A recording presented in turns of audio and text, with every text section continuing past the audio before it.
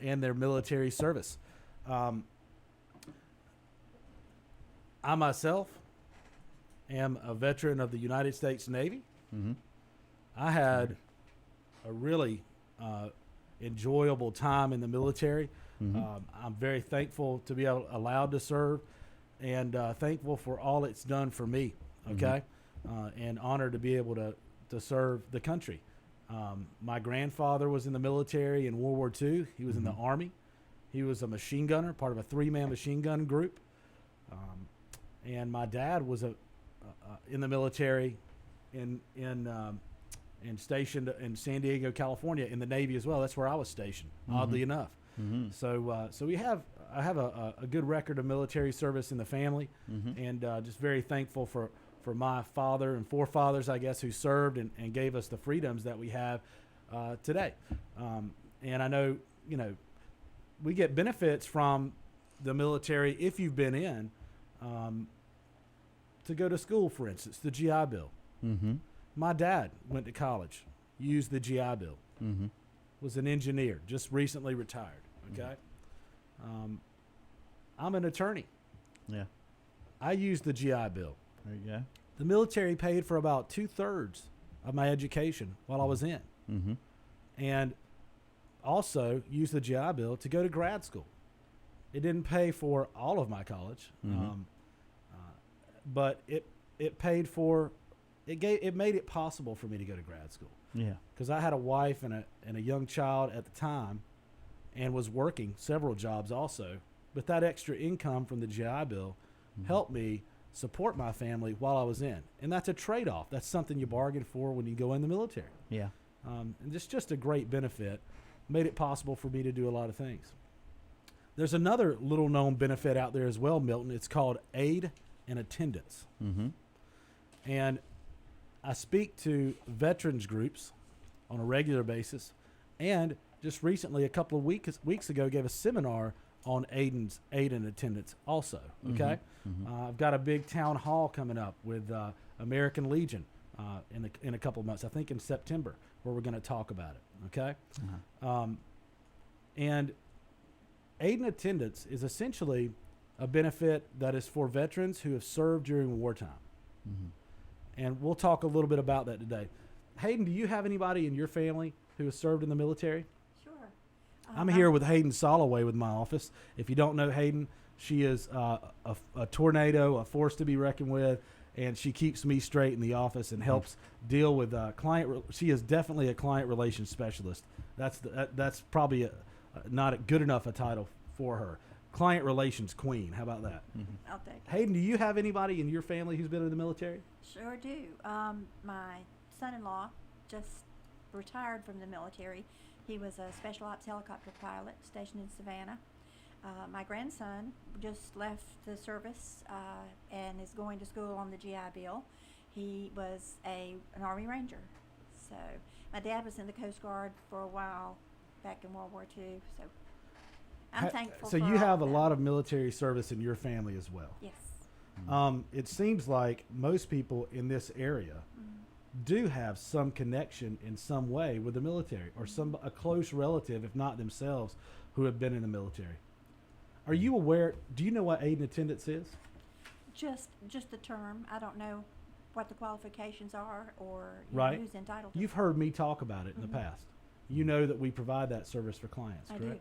Okay, and that's for clients who may need help paying for in-home care, even if it's a husband or a wife that are caring for them. Okay, even in the house. All right. If that veteran needs some help, they can get that benefit. I'd love to ask callers, if you have a question for us, give us a call. Call us at 704-482-1390 is the phone number. Yeah. And just ask us anything you want to know about aid and attendance benefits, and we're going to give you some more facts about that here in a second. You're giving a seminar at the Senior Center on that subject coming up soon. Good. And We you're don't. the guest speaker at their Veterans Day event. So you've got those two things coming up. I am. I think they've got kind of a veterans extravaganza going on. Got several speakers there. I'm honored to be one of those speakers as well. And I'm sure we'll put out the dates for that on WOHS. I know WOHS regularly puts out dates related to senior center events. Was saying that this area has lots of veterans and families connected to veterans. Guess, out of all the counties in the United States, which county in any state has the most veteran population, the highest veteran population, people who have formerly been in the military? What do you think, Wow. Milton? What area? I would say somewhere around the Washington, D.C. area. D.C.? Okay, that's a great guess. Great guess. I would have guessed the South. I don't know You the would counties. have guessed Sure. the South. Oh, yeah. But you know, because I showed you before we Yeah. came in here, didn't That's I? right. Because I was amazed. Because we bag on the left coast all the time, don't we? But it's Los Angeles County. Really? Los Angeles County has the highest population of veterans in the United States. Okay, so as much trash as we talk on the East Coast about the West Coast, Los Angeles County definitely beat us on number of veterans in one populated area. How about that? That is. Talking about stats on veterans out there, there are 21.8 million veterans according to the Census Bureau, and 10% are women right now. And more you see the population of women veterans going up as they join the military more and more. Yeah. 9.3 million of those are 65 or older. So you got 9.3 million veterans out there that and here's your qualifications for veteran aid and attendance. If you've served 1 day of military service during a wartime event, that doesn't mean that you have to be, in the jungle in Vietnam fighting it out. You could have been in Nebraska at an Air Force base during that time period, and you would be eligible for the benefit of aid and attendance, okay? Aid and attendance, if you qualify, there's 6 ADLs. Now, you automatically qualify if you're in a nursing home, but you have to meet several of the ADLs if you are at home or in assisted living to qualify. Those mean if you need help preparing meals, feeding yourself, ambulating, which is walking, getting around, generally, toileting, showering, bathing. If you need help with any of those 6 ADLs, okay, then, and you can't do all those things by yourself, or you have a loved one who's a veteran who can't do those by yourself, then you could be eligible for VA aid and attendance. We handle estate planning, helping people qualify under the rules of VA aid and attendance. And then for the application, Milton, we submit the application in-house. We have a computer program that hooks directly into VA for free. We do that as a courtesy, okay? And if anybody is interested in seeing if they qualify, certainly they can call in today. They can call the radio station anytime to get my number, or they can call my office, 704-259-7040. Say, hey, I heard Greg on the radio, the elder law guy on the radio. Want to come in and talk about the possibility of myself or a family member qualifying for VA aid and attendance. And I will sit down for free with that person and consult with them for as long as it takes to go through that calculation. Okay? All right. So even surviving spouses of veterans can qualify for this benefit. Okay? And that's such a different approach than we've talked about in the past, Milton. In the past, we've talked about how to shelter assets, or shelter's a bad word, I think. How to properly align and protect assets against a Medicaid spend down or a long-term care situation. Here, we're talking about adding income. So this is, instead of a glass half empty and a defensive approach, this is taking action. This is an offensive approach and a glass half full approach. And it makes, I've seen it, I love it, it makes a family's eyes light up when they realize, hey, we don't have to spend everything down. We can actually get this benefit and pay for everything. And it's a benefit that's afforded that's available to a veteran Mhm. because of the hard work and military service they gave to this country. Okay. So, just a few stats on the rules of aid and attendance. Greg, you Yes. mentioned a surviving spouse. What is about a spouse that's married and women's benefits? Women's benefits. Women, they would have the same benefits, I assume. So that's a great question, Hayden. And as I said, right now, 10% of all the veterans out there, of all those 21.8 million vets, are women. Okay, and more that percentage is going to do nothing but rise as more females go in the military. Not only would they be eligible as long as they served at least one day during a wartime event, they have to have 90 days of consecutive service, women or men, and one of those days within a wartime event. Okay, and women would be eligible just the same as men, and a spouse of a veteran, and that's the reason I didn't say wife of a veteran, of a deceased veteran, because it could be the male that's qualified because his wife served. Okay, but if he's at home or she's at home and needs help, even if they're being cared for, it doesn't have to be a professional caregiver.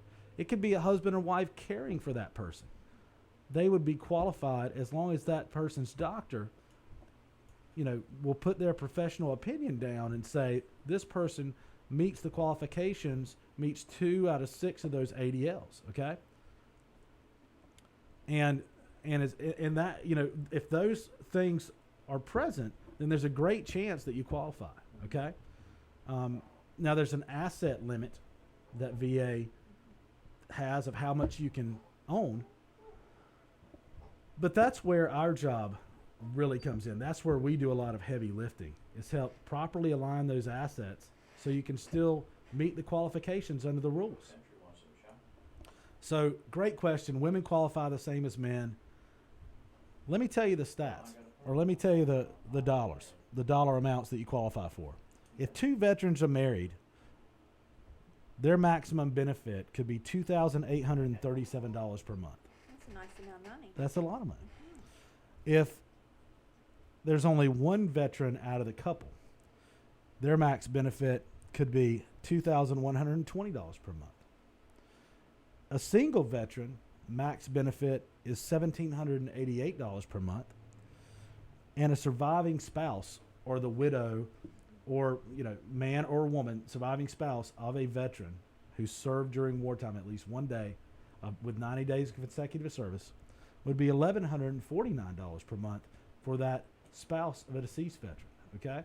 So that's a great way to look at all the income and assets and say, we can add this income to the mix every month. Let's do that and help a spouse who's being that could be the difference, Hayden, from going, if you're on the line especially, I mean on a line I draw on paper, how about that, of either going one way or a crossroads or a fork in the road of saying we're going to do a Medicaid spin down and asset protection, or we're going to do asset protection and we're going to add income, of looking at spending everything down, or saying, what, with this income added, this veteran can keep everything they worked hard for and also be taken care of at home. I mean, that's a big, that's a huge deal. That's a huge benefit to the veterans out there. A lot of veterans do not know about this. Okay. I've sat down with veterans or spouses of veterans and literally had to show them videos of, online about it and information just to, show them, hey, this is what it is. And you could qualify for that just so they know. Milton, do you have anybody? Did you serve or do you have anybody that served in the military in your family? No, actually, I did not. But yes, in my family. I'm sure you did yeah. in your family. Almost everybody in this area does. My brother and a couple uncles. Yeah. Well, I thank your family for their service to the country. Yeah. Let's talk about a few of the dates that allow you to qualify for aid and attendance. And I'm going to start with World War II. You can go back, if you look on VA's website, to the Indian Wars, the Spanish-American War, Mexican Border Wars, World War I. So if you served in World War I or had a family member who did, through July 2nd of 1921, they could qualify for benefits. World War II, the dates are December 7th, 1941 through December 31st of 1946.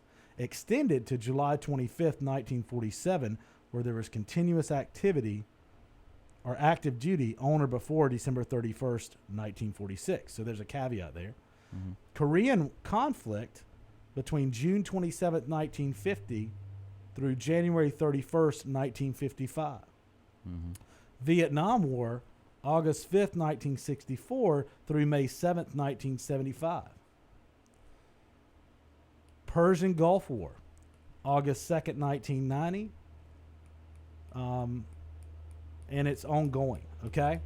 And there's a couple of windows there, but the Persian Gulf War has kind of been ongoing through that window because we've had continuous activity in that area as an extension from that Persian Gulf War, okay? Yes. And I would qualify for aid and attendance if one day I met those 2 out of 6 ADLs. I needed help with things, with regular daily activity because I served between 96 and 2000, which is in that window. And my second home was the Middle East when I was in the military because I was over there with a couple of different aircraft carriers, the USS Nimitz and the USS Constellation. So spent a lot of time hanging out in the Persian Gulf, both on the boat and on shore. But just wanted to put that information out there. I am excited to bring to you today also an interview. I'm fascinated with World War II. I mean, I really am. And a lot of people are. I think it was an amazing time period. And my grandfather, J.C. Horn, as I mentioned, was in World War II. And he never would talk about his World War II service. But when I was 11 years old, I was doing a school project. You're going to get to hear me at 11 years old. Okay. And, if I sound unpolished now, man, or you have any doubts that I'm from Cleveland County, how about that? Listen to me at 11 years old, okay? This is a tape of my grandfather talking briefly. It's about 8 minutes long about his service in World War II. He was one of my buddies, and he was my best friend when I was growing up. Passed away when I was 13. And talking about him and his service as a machine gunner during World War II. Wanted to play this for you today. It was December the 7th, 1941 on a Sunday morning. I was sitting listening to the radio. They broke in and said Pearl Harbor had been bombed by the Japanese. I, like most people, didn't even know where Pearl Harbor was. So they finally told me where Pearl Harbor was. So like I say, I was only 15 years old. I didn't think it'd ever affect me that much. But before I knew it, I was 18 years old. I was 18 February the 24th, 1944. 2 months later, I was in service. Went to Fort Bragg, was inducted, sent to Camp Blanding, Florida. Took 16 weeks of basic training. Went to Camp McCoy, Wisconsin. And on Thanksgiving Day of 1944, I boarded the ship for Europe. We didn't know where we was going. They didn't tell us till we got halfway across. So we landed at Bournemouth, England, a southern resort equivalent to our Miami of Florida. We stayed there right after Christmas and left for Le Havre, France, and went from there to the Battle of the Bulge. And so we relieved another division, then we went to Luxembourg. From then on, we went into the Siegfried Line. And about March, they started letting guys one at a time in the company get a pass right off the front lines. You had a choice of Brussels, Paris, or London. So I took 4 days in Paris and had to go right back on the front lines again. I wanted to pause it for a second Could you imagine? That would be a great. Anybody wanting to write what I think? Who cares what I think? But what would be an interesting book, or movie? Call it 4 Days in Paris. Mm-hmm. Could you imagine being on the front lines, fighting at the Siegfried Line, going into Germany, pushing into Germany, fighting them, and then people are being granted leave right on the front lines, to get off the front lines of that intense fighting and go on vacation. And where you're going on vacation, you got to, what did he say? Paris, Brussels, and somewhere else, so he chose 4 days in Paris. Mm-hmm. That'd be that could be your last vacation. That's a vacation of a lifetime right there. I'm sure a lot of them treated it that way too. I'm sure they blew it. I'm sure they had a good time. There's some wild oats sown. I have no doubt. And I'm sure, And just as wild. and I'm sure the French were extremely grateful that the Allies were over there fighting for them on the Siegfried Line too, because they had just gotten taken over, really twice in a short period of time. World War I and then World War II right then. Anyway, sorry. I just wanted to. I just thought that was when I listened to that. Every time I listen to it, I'm just amazed. 4 days in Paris. I can tell you. Could you? You think about what they say: live your every day like it's your last day on Earth. On Earth, wouldn't that be true? Oh yes. Wouldn't that be true if you were in the middle of World War II fighting and got to go 4 days in Paris? And with a Paris that's grateful and honoring. Oh yeah. Yeah. Right. I get You're a you. hero I hear walking what in you're the saying street, now. yeah. Yeah. Would we be a hero today walking Girls, down the streets in Paris today? Maybe. I don't know. Uniforms. One day I'm gonna go retrace his steps though, from I think it's Bournemouth, England, which is kind of southern England there, over to the Har, France, and then on into Germany. I'd like to do that. That'd be an interesting trip. Sorry, go ahead, Milt. Okay. So, at that time, the war was winding down. The still war was going on by that time, but it wasn't that severe. And we started taking a lot of prisoners everywhere we went. We knew it wouldn't be long till the war would be over then. And the war was over a little later in April. So, in the meantime, they put us on displaced persons camps, guarding them, looking after them. Before we did that for about a month. Then, to my disbelief, they said we were going home. We were waiting to go to the Pacific. In the meantime, they dropped the atomic bomb in the Pacific. Right before we left to go to the Pacific, our orders changed. We got to go home after they dropped the bomb, the third bomb. And I was very, very happy. And I got home, and I was about the happiest person in the world, I guess. I knew a little later I'd be getting a discharge. Could you tell us about some of the things, like during the war, what it was about, and about all the things that were happening during the war, and what you were, and some of the things? I was a machine gunner, 30 caliber water coup, the same type they used in World War I. It didn't fire as fast as a German machine gun, but it was very accurate. So to come back in there, did you hear what kind of weapon he was using? 30 caliber machine gun. Mm-hmm. So I used to think it was I just assumed 50 caliber, but a 30 caliber machine gun that was a World War I machine gun is what they were using. Mm. I think they came out with some newer machine guns for some of the groups, but my grandfather was using a World War I machine gun with a 3-man crew marching, cutting a line, I guess toward Berlin at that point in time. And I thought it was an interesting fact that we're still using those same machine guns designed and developed and made for the First World War.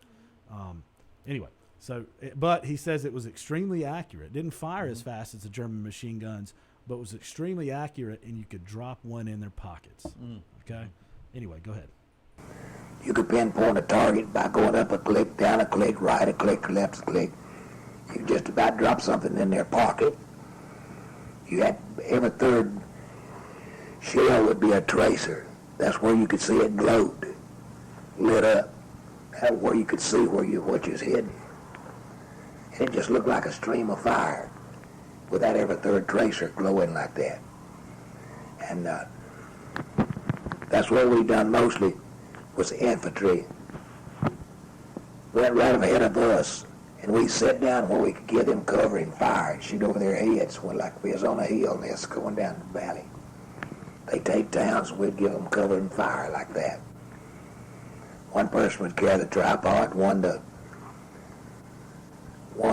ammo you strapped on your back with a board with straps on it, and the ammo was on it. 2 cases of ammo was on it, and the other one carried the machine gun. And when you had to mount the gun, one set one down, and we mounted that, and you'd be ready to fire in a matter of seconds. So that's what I done. Can you tell us In the about, meantime, they were actually machine guns. They were always catching a lot of mortar fire and artillery fire. So I had my helmet looked like it'd been hit with a hammer all over it. Where you dug down and shrapnel hit your helmet, you know. Well, if you hadn't been dug down, why it'd wiped you out. See, blast goes up like that. Then you hit the ground. If it don't hit right on you, you're all right. You had 88s coming in, you could hear they had a screaming sound, and you got to where you could tell exactly where they was going. If it got to a certain level, started fading away, you knew it's okay. If it got louder and louder, started screaming in, you know it was coming close. You hit the ground, you really hit the ground, you stayed there. Sometimes it knocked the tops of trees out and everything else all around you. could you tell us about your foxholes and where you stayed during that time? Well, we had to dig the gun in every time. And especially at night, we'd have one on the gun hole. That's the squad had one on the gun all the time, and the rest of them slept. After you spent two hours on the gun, you'd go wake the next man. He'd spend 2 hours, you'd wake him up until it come around your turn again.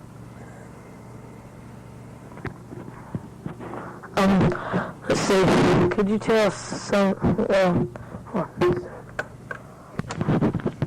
At night, when you would be on the gun, watching for something, seemed like about every tree in the distance would move.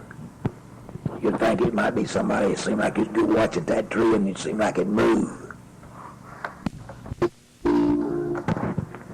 Near the end of the war, when we knew it was about over, it wasn't over. But we have met hundreds of German troops lined up with their commanding officer in front, walking right toward us to give up. We just motioned them on to the rear. We didn't have time to fool with them. Most of the time the commander would be a general or something. They didn't want to be captured by the Russians. what would the Russians have done to them probably? They treated them very, very mean for the simple reason the Germans treated them that way. So they were very afraid of the Russians. They knew they'd take their anger out on them, reprise. I wish the Periscope Would he people pick that had up? heard that. Yeah. You need to put that on Periscope sometime. Okay. Awesome. All right. Yep. That makes me very proud Mm-hmm. of his military service. It also, you know, I say this, and I really mean it. If anybody should take care of the veterans out there, I'd be glad to do it. It should be me, is actually what I say. I was trying to be nice about it because I just enjoy dealing with them. I have a healthy respect for veterans. I am a veteran. My grandfather's a veteran. My dad's a veteran. And I'm just amazed at the sacrifice that all the men and women throughout the years have given. I don't think we realize. And all the petty politics we get caught. Well, it's not all petty now. There's a lot of big political issues going around right now. But I mean, I think we forget and lose focus on how much we owe people like my grandfather and other veterans out there. I wonder if we could fight that war again today, or if we'd be whining. We won't have enough I mean, troops. you know, Europe doesn't. I think the entire world forgets how different things would be right now if it hadn't have been for men and women like that. I mean, there are plenty of women over there serving too, and especially in hospitals and things like that, and other support positions at that point. But anyway, VA aid and attendance. It's a great benefit for veterans who need assistance either at home in assisted living care or in a nursing home. And if you have any questions about it, give us a call if you want us to run the preliminaries and see if you qualify. All right. And Greg, let me ask you this before we have to go here. Sure, absolutely. Can folks still call in for the free 1 hour? Please. You can give our office a call. That's 704-259-7040, code word radio, okay? And we'll give you a free consult. Please call. We'd love to do that. Also, if you have a group out there that needs to hear the message that I preach regularly every Friday here at 10 o'clock on Big O Country, let me know. I'd be glad to come speak to your group about Medicaid planning, asset protection, elder law, and VA aid and attendance benefits. If you have a veterans group, love to come talk to you. Okay. Thank All right. you. Greg, we look forward to seeing you next time then. Thank you, Milton. Thank And you, Aiden Milton. as well. And Thank see, you. Milton, I've been doing interviews since I was a little kid. Yeah, there you go. Thanks, Hey, man. very good job. right. We'll talk to you folks later. Join us next time.